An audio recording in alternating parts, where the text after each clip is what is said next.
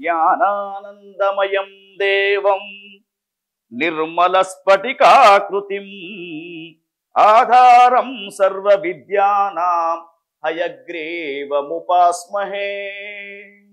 City channel ప్రేక్షకులకు విశ్వావసునామ సంవత్సర ఉగాది శుభాకాంక్షలతో 12 రాశులలో 4వ రాశి అయినటువంటి కర్కాటక రాశి ఈ సంవత్సరం ఏ విధంగా ఉంటుందో తెలుసుకుందాం.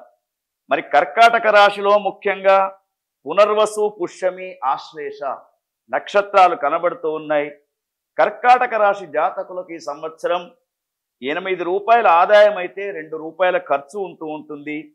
7 మెచ్చుకుంటే 3 విమర్శిస్తారు. ఆదాయపరంగా, తర్వాత రాజపూజ్యం పరంగా అంటే సంఘంలో గౌరవపరంగా చూసినప్పుడు బాగానే ఉంది. అయితే కర్కాటక రాశి వారికి ముఖ్యంగా గురుగ్రహం యొక్క సంచారం చూస్తూ ఉంటే మే 15 దాకా వీరికి ఏకాదశ స్థానంలో గురువు ఉన్నాడు. అంటే మీరు చేసే ప్రతి పని విజయవంతం కావడానికి అవకాశాలు ఉన్నాయి.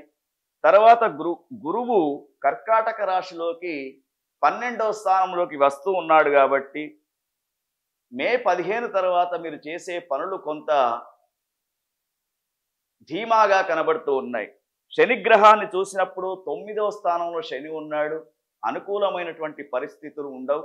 ఆరోగ్య సంబంధమైనటువంటి మరి విషయాలను బాగా గమనించాలి. అంటే మీకు ఏదైతే వైద్యుల యొక్క సలహా మేరకు వాడుతున్నటువంటి మెడిసిన్ ఏదైతే ఉంటుందో అది కంటిన్యూ చేయాలి. తర్వాత ఈ కర్కాటక రాశిలో ఉన్నటువంటి వారికి ఈ సంవత్సరం న్యూరో సంబంధమైనటువంటి, ఆర్థో సంబంధమైనటువంటి బాధలు కూడా కనిపించే అవకాశాలు ఉన్నాయి. మరి రాహువు కేతువును గమనించినప్పుడు రాహుగ్రహం 9, 8 దీని యొక్క స్థానం కూడా బాగా లేదు. కేతువు యొక్క స్థానం 3, 2 అంటే కేతువు ఒక 6 మాసాలు కొంతవరకు మీ జ్ఞానంతో ముందుకు వెళ్ళడానికి అవకాశం ఉంది. అయితే కర్కాటక రాశిలో ఉన్నటువంటి రాజకీయ నాయకులకు కొంత అనారోగ్య సమస్యలు ఏర్పడుతూ వైద్యశాలల్లో కొద్ది రోజులు ఉండే అవకాశం కనబడుతూ ఉంది.